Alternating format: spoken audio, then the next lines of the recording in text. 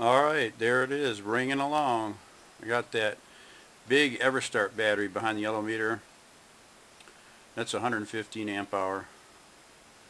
Then I have this 28 amp hour AGM flooded with elm after draining it a week. And there's that old ringer just ringing along. Well, it's not a ringer, it's John Bedini's solid state version of the SG circuit. And then I have a third battery right here in front of the camera, but I wanted to show you this coil in front of it. Now that coil is an impulse coil.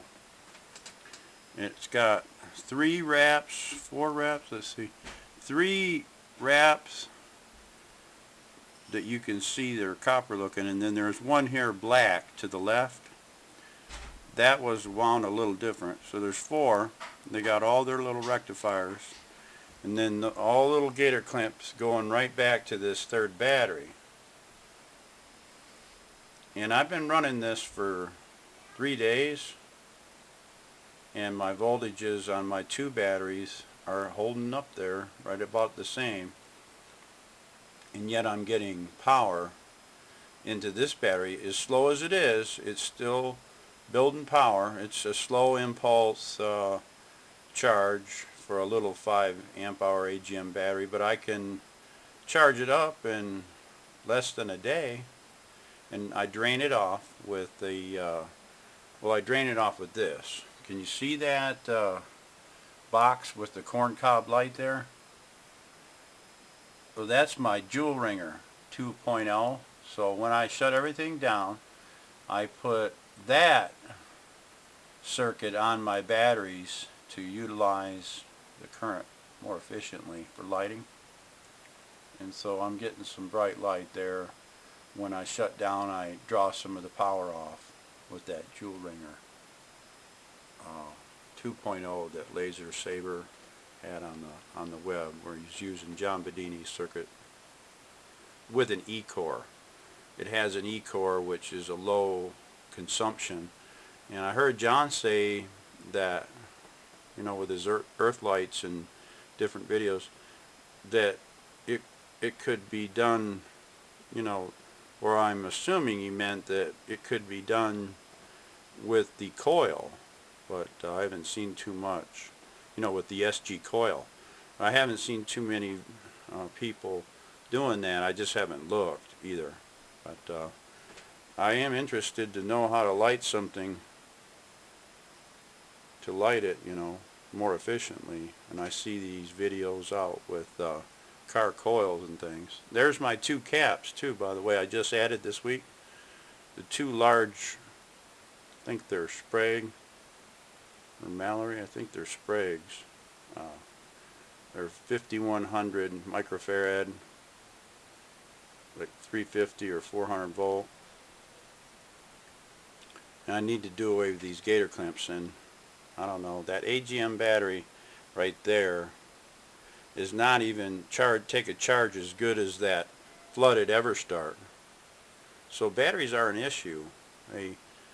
I can get more into that Marine Everstart battery, which is 4 times the rating of this one, than I can into that. And both are elm, by the way. I converted both these batteries to elm, and like John shows, and just wanted y'all to see the impulse coil.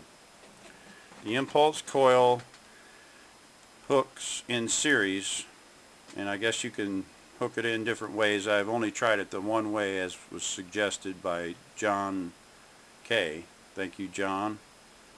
And there it is. I'm giving it a try, and I'll add some more coils.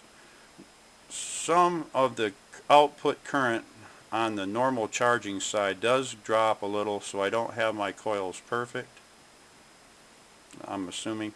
And so I've got a lot of different, or I've got some different ones, not a lot, but like I got one over here. I'll show you if I can hold the camera and show you what I've done here. I got another one there that I've tried, which is an air core, and I put a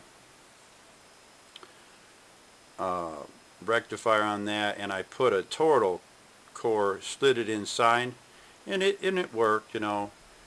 But the instruction on this whole thing is to find the right frequency and wind your coil to match a certain frequency, whatever that be, and I don't know how to calculate that, to get an optimum capture for free without stealing away from the charging. But the charging is still good. It was the normal charging on this circuit right here typically was like 400 on the current, 400 mils, and I'm getting like 250 on the output, or 240 wherever I adjust it,